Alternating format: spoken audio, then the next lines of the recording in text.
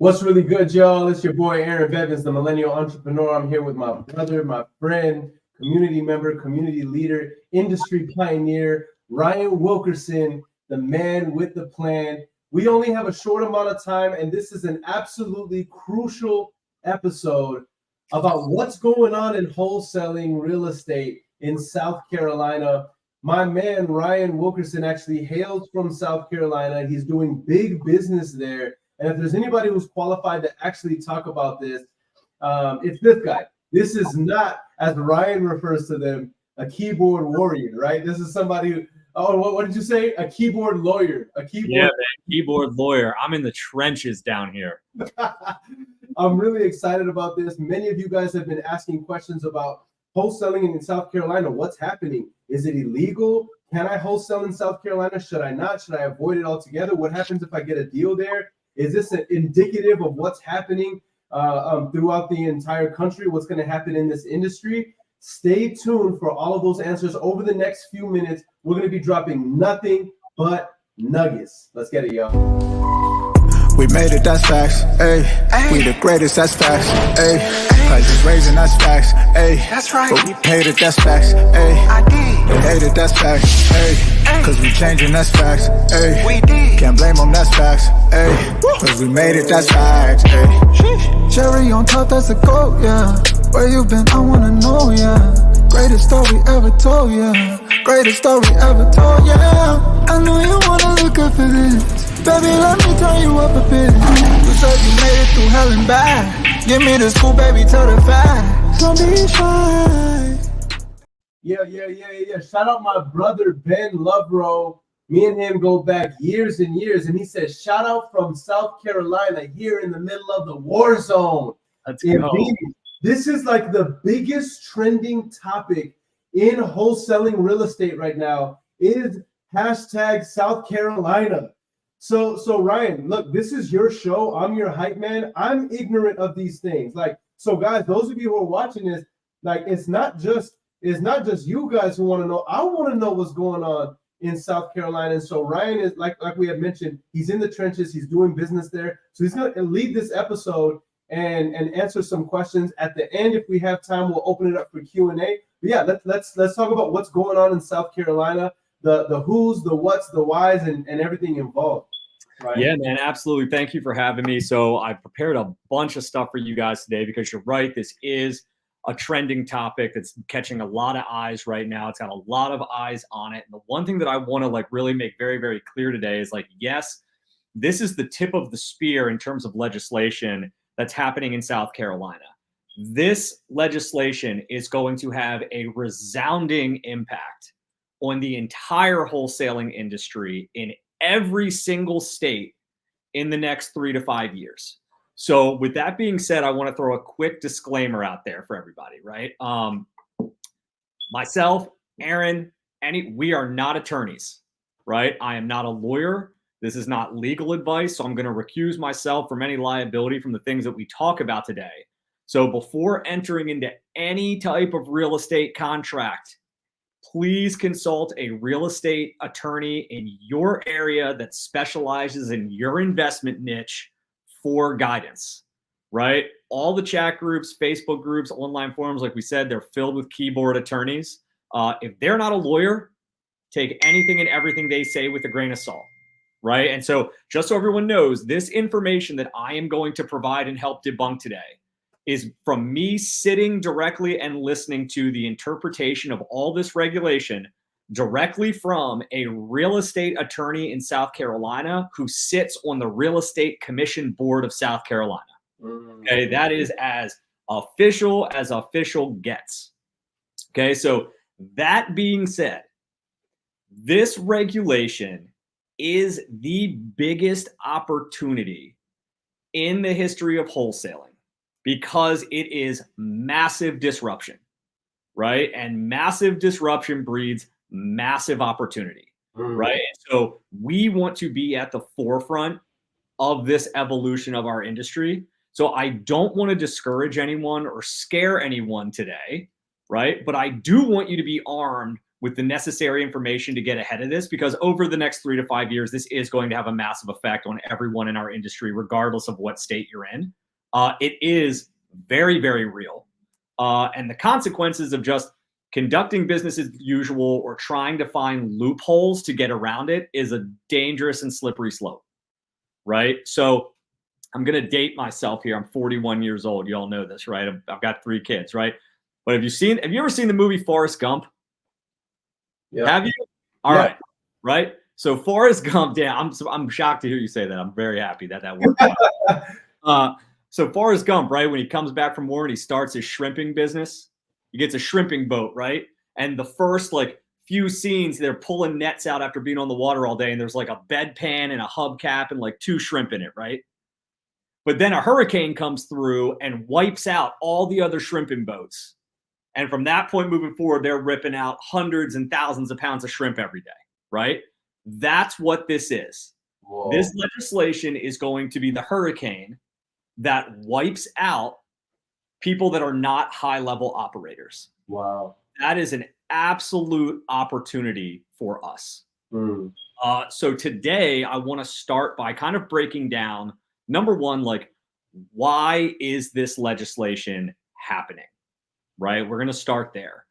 And so to start there, right, we have to recognize that wholesaling as an industry has absolutely exploded over the last 5 to 7 years, right? It's commonplace now. Anyone who's looking at getting into real estate investing knows the phrase wholesaling, okay? And whenever that type of attention happens, the powers that be start having conversation around, does this need to be regulated? Right? And right now, they've decided that yes, absolutely it does, right? This also happened with like crypto, right? 10 years ago, you could just buy it. You had a bunch of Bitcoins, you have 1,000 Bitcoins, and maybe you could buy a slice of pizza. But then when it started getting real value and started moving and shaping markets, a lot of regulation starts coming into place. So that's a testament to how successful people have been in our industry, that we're moving and shaping the way the industry operates, right? The NAR lawsuit, as it pertains to real estate agents, has really opened up a can of worms with class action attorneys everywhere trying to get their hands in the coffers to determine what other facets of real estate where commissions or profits are being earned can we put a microscope on and potentially exploit. Whoa. Right? And Just so real quick pause there because I know you're on a roll. Yeah. For those of you that don't know, massive lawsuit against NAR for regarding the commissions that are paid out to buyers agents. So $468 million settlement. How much? $468 million. That is insane. Do your research on that and then come back and watch this if you feel a little bit lost, and then that will give you more context to what Ryan is saying here. But I just wanted to throw that out there. Yeah, right. And so here's a couple other reasons why, right? 15, 20 years ago, early 2000s, wholesaling's always been a thing. It's always been a niche strategy in the real estate investment space. But back at that time, real estate assignment fees would be in like that $5,000, $7,000, $10,000 range, because this was a very small group of operators that actually knew how to execute on this strategy, right? Before there were the bigger pockets of the world and all the collaboration that we have now. Now, as an industry, wholesale fees for top-level operators average between $25,000 and $30,000 as a blended average, with many, many circumstances, those wholesaling fees being exceedingly higher.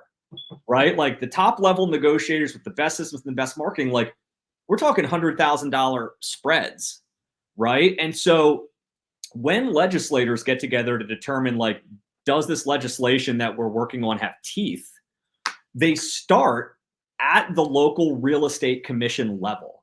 And real estate commissions categorize and track all of the logged complaints against real estate agents nationally, and they categorize them as to like what's the most common complaint, where are the biggest complaints stemming from, where are the most fines being issued. And what they found over the last 24 months is that wholesaling is one of, if not the top logged complaint by consumers filing claims to the real estate board. Wow. Right? And those complaints, 90% of the time, are logged by people who are elderly, female, or a minority. Whoa. These are all protected, classified, underprivileged classes. Yeah. So these types of complaints from protected classes of individuals are taken very, very seriously. Yeah. Okay. And so there is a national organization called RELO. Okay. It is the Real Estate Legal Officers. These are state sanctioned real estate commissioners that also have real estate law degrees. Okay. These are the people that govern the bodies of local municipalities when it comes to real estate in states. They meet twice per year. And the number one topic of discussion over the last 2 years has been, how do we stop wholesaling? Whoa. Okay. So this has actually been in the pipeline for quite some time. And this is just the tip of the iceberg, right? Like I saw someone talk about Illinois in here in the comments. Illinois just put into legislation that there is going to be a fine of $20,000 per occurrence per logged complaint for wholesaling, right? Oregon is going bonkers with legislation right now. They're trying to outlaw wholesaling, sub-2, creative finance, installment contracts. Texas has legislation on the docket around wholesaling and installment contracts. And what RELO, these governing bodies of real estate commissioners, have said is that South Carolina is the first state to like really put this hard legislation and kind of ban wholesaling into play, right? And so what other states are going to do is they're going to watch how this plays out. They're going to figure out what worked, what didn't work, and they're going to enact their own legislation. And so they are saying within 3 to 5 years, what is happening in South Carolina will be nationwide. Okay. Yeah. So my disclaimer to everybody here is be very careful. I've seen this on a lot of people, big names posting stuff on YouTube, right?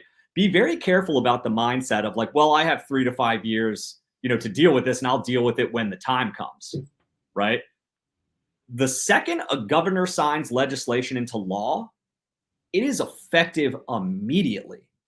So any pending deals you have in your pipeline, get in the water. Right? If your contracts aren't ironclad to allow you to get out of that with no damages being able to be pursued from the seller that you have under contract, like you are opening yourself up to a litany of potential legal obligations. Okay. And so like, why is this happening? Right? Number one, it's being deemed from a legislator's point of view that it's a transparency issue. Right? Oftentimes a seller does not fully understand what they are agreeing to. And I will say that this is not the case with top level operators. This is the masses, the bottom 95% of people that are jumping into real estate with no barrier to entry that don't really know what they're doing. They're chasing an easy paycheck. They're not looking out for the seller's best interest or any fiduciary responsibility, but they don't know what they're signing. Now we've seen a huge uptick in the last year or two of on-market deals, finding deals on market, novations. And when you get into that stuff, the listing brokers don't really understand it. End buyers don't really understand it. They don't understand you can't really finance these deals, right? Brokers' commission gets very choppy. And from a legislator's point of view, oftentimes the assignment fee that is being paid by an end buyer is significantly more than the required down payment to purchase that property. Okay. So let's kind of break this down, right? Now that we know that it's a transparency issue that's muddying this, right? Wholesaling in South Carolina is defined as an individual putting a property under contract, marketing and advertising that property without taking ownership for some type of profit. Okay. This legislation is not about assigning contracts. Okay. I can buy a property today and assign it to my wife. I can buy a property today in my name and then assign it to a legal entity that I own for chain of title purposes. Okay. No one would look at that as wholesaling, right? So it's a very different distinction. Assigning contracts is an everyday occurrence. Okay. But South Carolina is very clear that you may not list or advertise a property for sale without having a listing agreement signed by the owner. And in order to have a listing agreement signed, you must be a licensed real estate agent. Okay. And so how they are looking at wholesaling now is wholesaling is now being viewed as you are actually offering a service to sell a house, right? That person that you are getting to sign an assignment contract, like the seller, they are signing that with you because they want to sell their property. Okay. Without a license and a signed listing agreement, you cannot advertise a property that you do not own. Okay. So at the end of the day, what this is about is it's about marketing, right? Wholesaling used to be a true off-market insider-only deal source, right? A few select operators and end buyers conducting these transactions. But with the advancement of technology and the super high-level marketing that we've ever seen, it's really making for a zero barrier for entry for people that have no idea what they're doing to go out and convince someone to sign a contract, and then they can just blast that thing out to the masses. Okay. Statute 4057 in South Carolina is real estate agent law. It says no one without a real estate license can wholesale real estate, essentially. Right? If you don't have a real estate license, and this is the new legislation, you cannot wholesale. So that gets rid of anyone that's not licensed. Then they add additional verbiage that prohibits a real estate licensee from participating in wholesaling activities. Okay. So they've gotten rid of you if you're not an agent. And then they've said agents are not allowed to wholesale. Okay. There is absolutely no way you can wholesale in South Carolina any longer in the traditional sense. This also includes installment contracts. Okay. And just so everyone knows what an installment contract is, because I've seen this everywhere. Okay. An installment contract is an option to buy, right? It can also be called bond for title. It can be called an option contract. And what you do is kind of like you would give someone a good faith deposit, right? You actually make that deposit as an equity payment on the property, right? So I'm like making a payment to that person's mortgage, which gives me an equity stake. And I'm recording that payment in public record at the courthouse to show equitable title. Then you set out an option period in your contract that says, now I have this much time to come up and pay you, Mr. Seller, the difference. And if I can't come up with it, I can just cancel the agreement and the seller keeps my equity payment as the damages. Okay. So let's debunk a couple loopholes here. The main loophole that I'm hearing, there's a couple, but one of the main ones is I'm not marketing a property, I'm marketing a contract. Mm-hmm. Okay. Like I'm marketing my interests. Right. Well, how do you sell a contract to someone without telling them that it's tied to a particular property? Right? Like in theory, I could take a picture of my contract and I could send that out to people and say, this is my contract. Do you want to buy it? Right? But the second that questions start coming around, well, what's the condition of the property? Where's it located? Where's the ARV? What's the exit strategy? I am now not marketing my contract. I am marketing a property.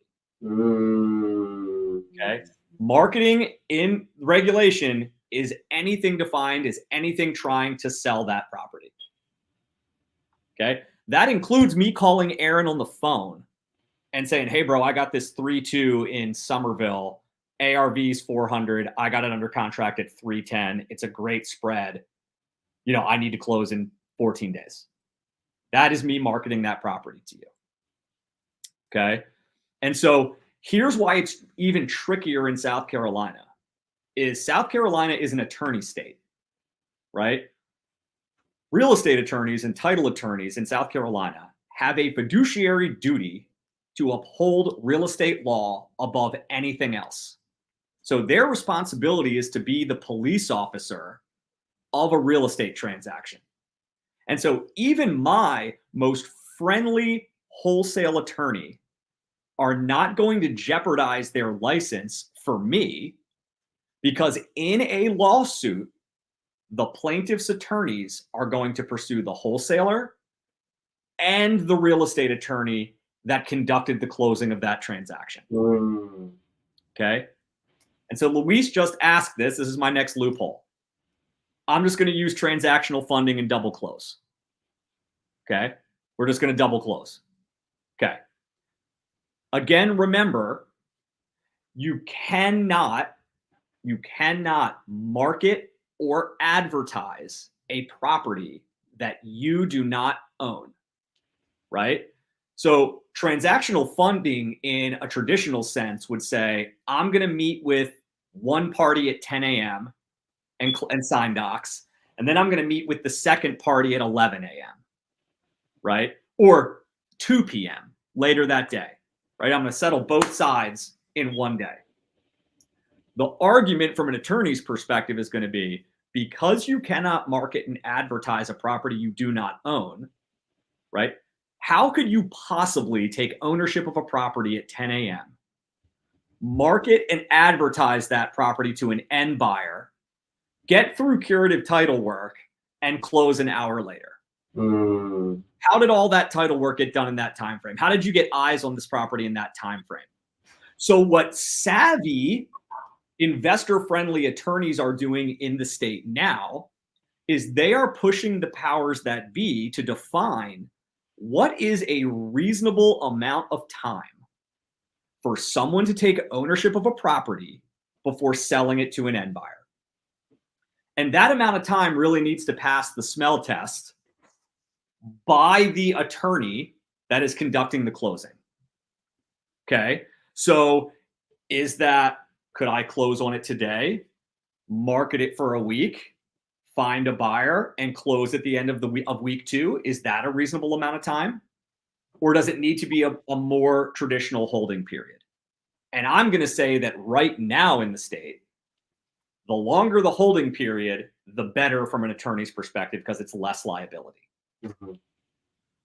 Okay. So you really, like, transactional funding, they're going to have to wait, right? To the CEOs, I don't know who that is, to their point, right? Like, you're going to have conversations with transactional funders of like, hey, I'm not going to be able to like get this thing moved for 2 weeks, but that's only a piece of this. You cannot start calling your buyer's list or sending this property out to your buyer's list or marketing it until after your portion of the closing has taken place. That's where the liability is, right? Because at first, what my company was doing is we were starting to have like those phone calls, right? We're calling our preferred buyer list. We're having them drive by the property. We're trying to figure out if there's interest. And if there was interest, maybe we have them just do an LOI, that we accept their LOI, but we don't actually enter into contract until after we own the property. But again, then the closing, we have to determine what's the reasonable amount of time for me to go under contract with that end buyer, right? So time kills deals. Okay. So the pivot, how we pivot, is what I'll say is one thing you can always bank on in real estate is change. Yep. Right. So you just need to, this is not something that should be super scary. It's actually great that we are having the foresight of how to get ahead of this now, right? But what is going to need to change is your business model, right? You have to change your business model to work with current and upcoming regulation, right? That starts with number one, firmly understanding the regulation, which hopefully we're doing a little bit here today. But like, you cannot try to firmly understand regulation through chat groups and through forums and through YouTube. You need to physically go and pay for the time of a real estate attorney in your market and have them fully explain it to you. Okay. So like, get with the right legal team, get your contracts ironclad, get with your partners and your internal team and update your processes so that you're always protected, right? And if you start operating that way now, all the other people that are going to wait and hold off and do business as usual, they're going to be gone. And then all the shrimp's yours, right? So in South Carolina right now, you need to actually purchase the property yourself. You need to purchase it, you need to hold it, and then you need to start marketing to sell it, okay? And so with that change comes a massive increase in risk, right? If you are not crystal clear on your buy box and you are not crystal clear on how to update your pro forma and your MAO, it's really risky to close on a property right now here. Okay.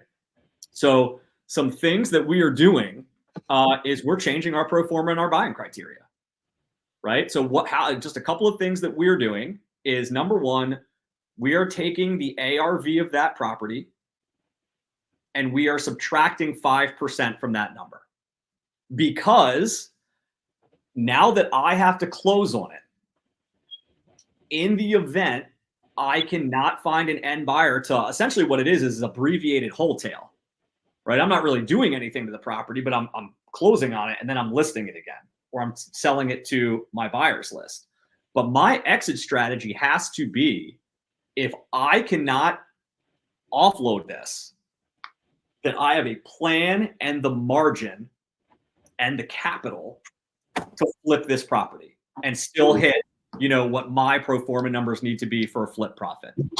Okay. So we're subtracting 5% from the ARV because in a worst case scenario, if we do have to take it down and flip it ourselves, we know we're going to be able to bring a property to market that is below 5% of the market, which is going to generate a ton of buzz, a ton of interest, and not only probably push our list price off, but it's going to get it off of our books very, very quickly. Okay. We are accounting for paying transfer and recordation fees twice. If I've actually got to close on that property, I've got to buy it, right? So I've got to have my down payment. I've got to have the transfer and recordation fees. I've got to pay HOA and capital contributions and regime fees. And I got to do all that again when I sell it, right? We're baking in multiple months of holding costs into our offer price, right? I'm walking that property. We're creating a scope of work. We're figuring out how many months is it going to take us to get this work done, and how long are the days on market for us to sell? What's it going to cost us every month? Well, that's coming into my buy price, right? So we're baking in the scope of work. We're baking in real estate commissions if I've got to flip it and sell it, right? So like, it's really taking our offers. Our offers are low, man, right? Because I am now at the point where, like, if I've got to close on it, I've got to make all my money when I buy right. Yep. So what I will say is we are doing less in terms of number of transactions, but the deals that we are doing are going to have massive spreads, whether I flip them or I wholesale them post-closing. Okay. So the one thing that I will tell people is you're operating in a wholesaling model here now. Okay. You need to have the money. You need to have the money. Don't go get someone under contract if you do not physically have all the money you need to buy that property and then hold that property after it closes. Okay. You have to have the money. And on top of that, you need to level up your skill set so that you actually have the ability to execute on that second exit strategy if you have to. Okay. The glimmer of hope here is anyone that's kind of listened to me and Aaron do these before is I'm very big on keeping my finger on the pulse of what's happening in the market and trying to figure out how can I take advantage of what's happening. Okay. And so in this legislation, this only pertains to residential real estate. It does not pertain to commercial. And it does not pertain to vacant land. Whoa. Okay. And so the reason for that is because this is what builders and developers do all the time. Right. And we are in a 7-year national inventory shortage for housing. So this carve out was created to allow builders and developers to build and develop. So we don't push ourselves even more into this like insane housing market that we're currently in. So we have pivoted and we are marketing heavily to large tract landowners that have land with zoning classification that we can easily change to its highest and best use. And we are marketing to properties of commercial owners that is 5 units or more. That's what the distinction between residential and commercial, right? 5 or more units with a max of 75 units. And the reason we're going to 75 units is because multifamily is incredibly competitive, but the institutional grade money and the high level syndication operators will not look at any property under 100 units typically, because under 100 units, it doesn't make sense cost-wise to have on-site property management and sales. So we are carving out this mom and pop niche, right? And that's who we're marketing to. I mean, and we are getting really large tracts of land. And we just contracted 25 acres in northeastern South Carolina for $110,000. We have the zoning classification to carve out 20 separate parcels, right? All the work is done. All the site work is done. All the separate tax IDs are done. Then we started an LLC to become a buyer, a wholesale buyer of single wide mobile homes, which we can now get onto pads fully installed with utilities for about $115,000 a piece. And we can sell each one of them for $225,000. Whoa. So like there is massive opportunity here. Yeah. If you have the capital and you have the ability to like hold property. And so my advice to you is going to be a little bit different than what a lot of people are saying. It's like, if you don't have the money, don't get into it at all. Or, you know, don't wait 3 to 5 years for this to happen. I would tell you in your state, if there's not legislation on the docket, like business as usual, carefully, and stack your money.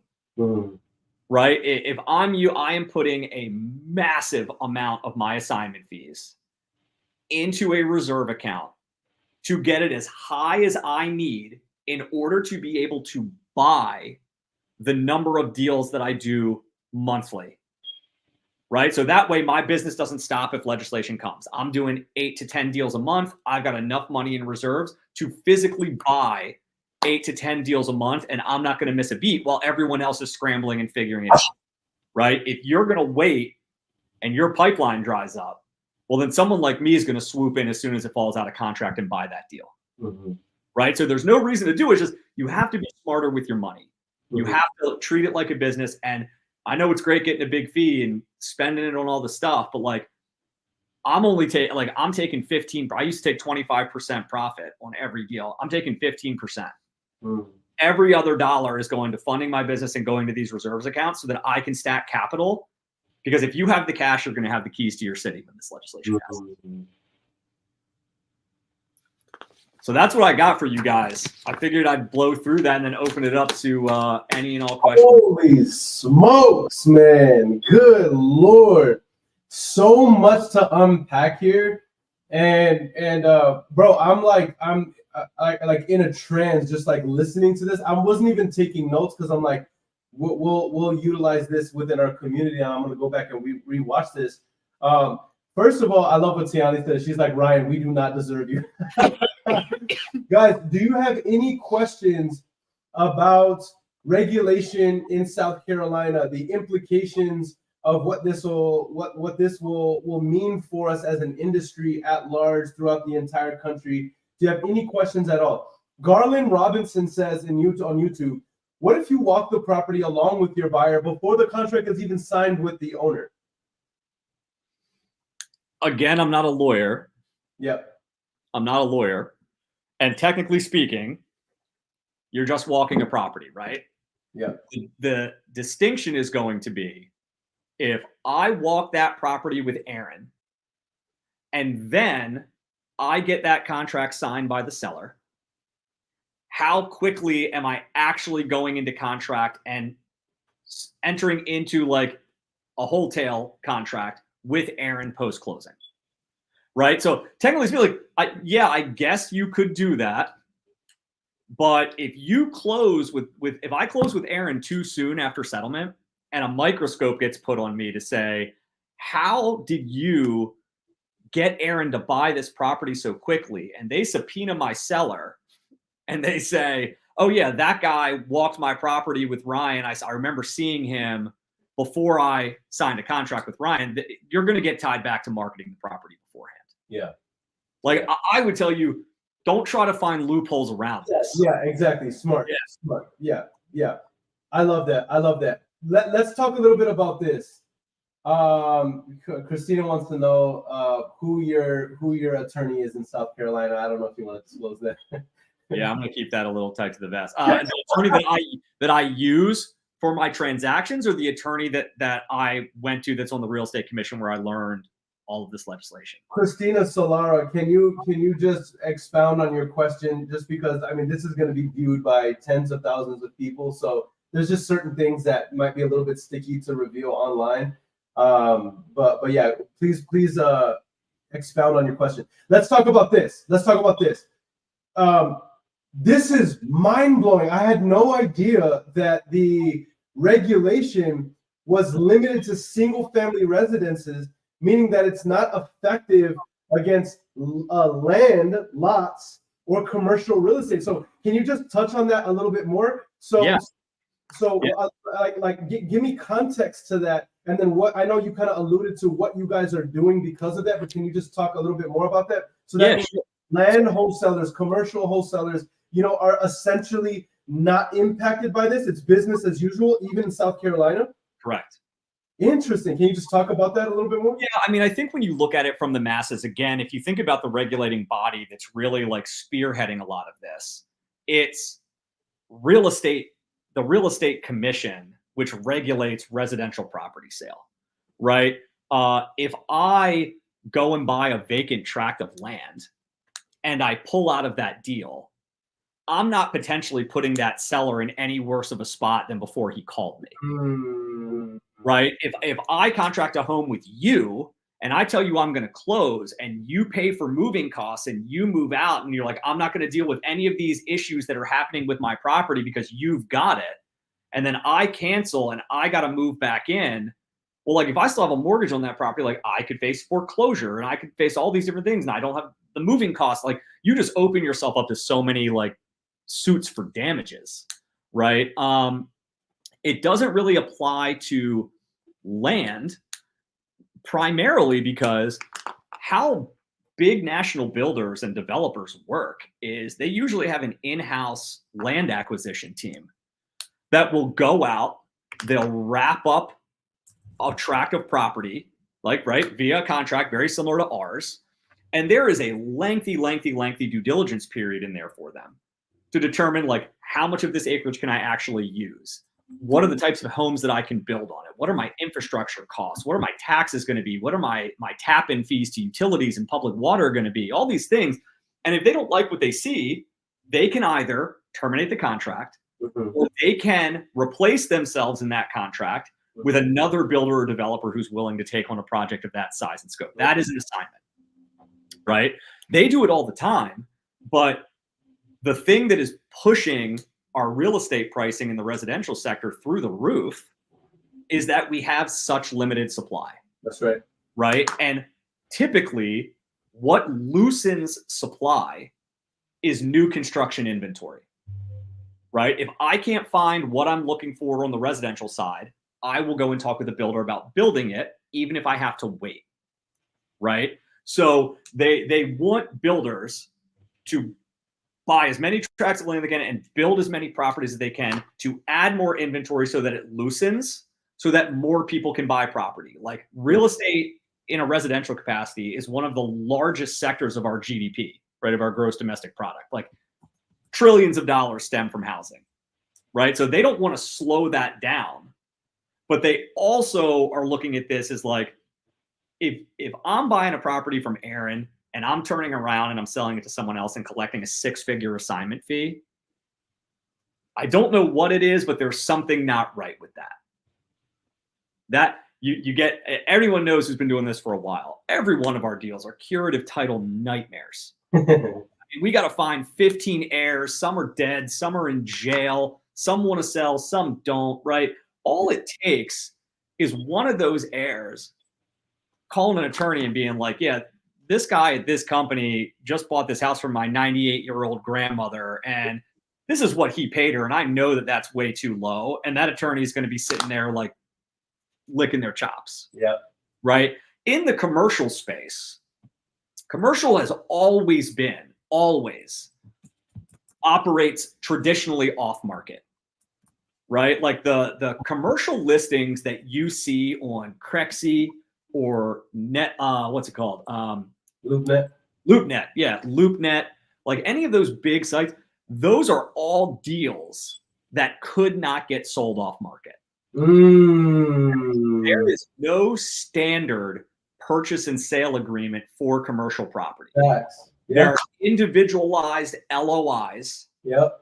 that then a real estate attorney goes in and drafts a purchase and sale agreement per the terms of the LOI from both parties, right? So it's not like a uniform thing like residential real estate is. And because commercial real estate is largely not purchased as a primary owner occupant, it's always purchased as almost always as some type of secondary investment vehicle. They are looking at that classification of owner as someone who's a little bit more sophisticated and educated, right? They know what they're doing. The value of a commercial property is derived off the net operating income, right? So if I can buy a property from Aaron and I can decrease expenses and increase profit, my net operating income is going to be significantly larger, which means the value of my building's that much larger, right? That's a advantage to a really good operator. Whereas if I know how the real estate market works on the residential sector and you're a seller who's lived in their home for 50 years and you don't, I can make the comps look any way that I want. You know what I mean? Like we know too much more than the average homeowner knows. Wow. Right? And so it's an ethics thing. It's a transparency thing. And look, personally, I think a lot of this is for the best. The same way that I think the NAR lawsuit is really great for real estate agents and my real estate team, right? Because what it is going to do is it is going to weed out all the dead weight, all the low-hanging fruit, the people that don't really treat it like a business, that don't have a code of ethics, that don't act responsibly. They're going to be gone. And there are still going to be distressed sellers. There are still going to be people that cannot and will not take their property to market traditionally. And it's just as long as I have the money to be able to help those people, like I'm going to make plenty of money on the back end. But it's just all about being prepared. Yeah, so powerful. We only have a couple more minutes, guys. Hit us with any questions you have. I got a couple more questions from some of the ladies in the comment section. Christina says, in regards to the attorney question, I get it. I was curious if Gary was your attorney. Also, can you clarify what you said earlier? Did you say installment contracts were illegal in South Carolina, or did I hear wrong? So there is nothing currently, like right now, like here's the thing with legislation that everyone needs to consider. Every single word means something. Okay. You can't pick out one line and hang your hat on it and say, like, this is a carve out, right? It is written so that every legislator has their say, and that line of law is satisfying a concern that a legislator has. Okay. So what they're saying is that things like installment loans, creative financing loans, wholesaling contracts, they're all kind of can be looked at the same. Got it. Right? There is not, to my knowledge, again, full disclaimer, I really have no idea to this question. But to my knowledge and my interpretation of what I have read, what I have heard, I have not seen anything specifically referencing installment loans. But I would tell you that regulation is an evolving thing. So after this legislation is in, they're not just going to pass it and let it go. They're going to constantly look at it and tweak it. And if they find that people are pivoting to installment loans, I can promise you that that's where they're going. And other legislators in other states, stuff on the internet, guys, is written in ink. Yeah. Right? Like, if you don't think that people are jumping in and looking at chat groups and looking at open forums and reading stuff of how people are pivoting, you are very naive. Facts. Like, they are looking at this stuff and saying, oh, hey, in Texas, it looks like all they're doing now is installment loans to get around this. Well, you better believe when Texas passes legislation, there will be verbiage about installment loans in there. Yeah. So powerful. So powerful. I see another one from Jasmine Cook. Here's an interesting one. Would creating a lobbying group as wholesalers and creative finance investors help fight some of this? I would ask you if you know how much lobbyists get paid. Right. We're talking. I mean, I think the essential answer is yes, but it's like, do you know how powerful the powers, are? High-level lobbyists are some of the most powerful people in Washington. And just to refute this a little bit, the National Association of Realtors is one of the most powerful lobbying groups in Washington. Wow. I did not know that. Millions and millions and millions of dollars a year are paid by agents out of their dues to fund lobbyists to protect our interests. And we still lost a lawsuit for $486 million, right? With more to come. And that's only for real estate teams that did like annual revenue over have done revenue over $5 billion. That's not even including yet the lawsuits that are going to be coming for smaller real estate brokerages. So I guess, Jasmine, in theory, you could, but good luck going around to every wholesaler and being like, hey, now you need to pay every year thousands of bucks to go into a lobbyist. It's never going to happen. Yeah, there's too many self-interested people. There has to be some sort of governing body that would, and the only people that are willing to do that are the entities that are lobbying against wholesaling. I think to expand on that a little bit further is I think that as this legislation rolls out on a larger national scale and more people are leaving the business because they can't make money, then you are going to be left with the top 1% of operators that actually drive the industry, that actually own very sound, highly profitable, very well-run businesses. And those people will have some pull, right? Because wholesaling I'll pick this side of the fence. Like, it is a necessary service in the real estate space. It's a necessary service because there are so many of the people that we contract that have no ability to sell their home through any other means, right? If I can't sell my home to a buyer on the MLS and that buyer's bank is not going to finance me because the appraiser goes out and says, like, this thing doesn't have heat, it has mold, it has termite damage, like, we can't finance this thing. So if your property is unable to get traditional financing, what other means do you have to get out of what's usually a very dire situation, right? You need cash buyers. There just needs to be the transparency around how that buyer is buying it and how they're making their profit. Yep. Powerful. Jasmine says, well, what about an organized wholesaling organization like NAR? I mean, again, you could. It just you got to fund that thing. Yeah, exactly. It's like it's like David and Goliath, except it's not Goliath. It's the entire army of the Philistines. And here's the thing. I would say to that is like, look, I think on the scale of what people look at as like, scummy jobs, right? You have like your lawyers, your real estate agents, your used car salesmen, and then wholesalers are right down there as well, right? Like that is the general perception that the vast majority of wholesalers are very predatory, slimy salespeople. Mm-hmm. And the fact of the matter is the top 1% are probably some of the best business operators in any industry, but it is all the people that do things very shadily and put people in really precarious situations and don't give a shit because they can't make their money, they don't care. Like right now, that's who legislators are looking at. When all of those people are gone, yes, I think that there absolutely could be a way to kind of elevate the perspective of who operates in this space at a high level and what a valuable service that it actually is that we provide. 100%. I love it. With that said, I know we have a hard stop. Ryan, you have come on here and absolutely over-delivered as you always do. This has been incredible. Guys, if you have any questions about this, please send us DMs. This live will be taken down momentarily. So definitely benefit from it now over the next couple hours because, just given the nature of what's happening, we will not leave this live up. All right.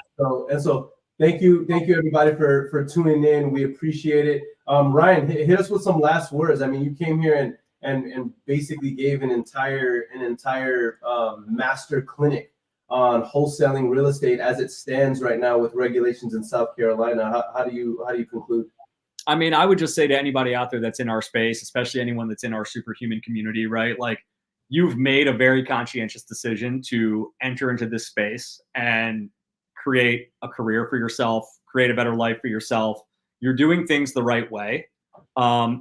If you are doing this as a haphazard thing, right? Like you joined to feel like I'm doing something, but you're not actually executing on those daily money-making tasks and stacking your money and really learning this space, you're not going to be here in 3 to 5 years. Facts. You're just not. So like what I would tell anyone is like, find the time now while you're largely unaffected by these rolling changes and perfect your craft.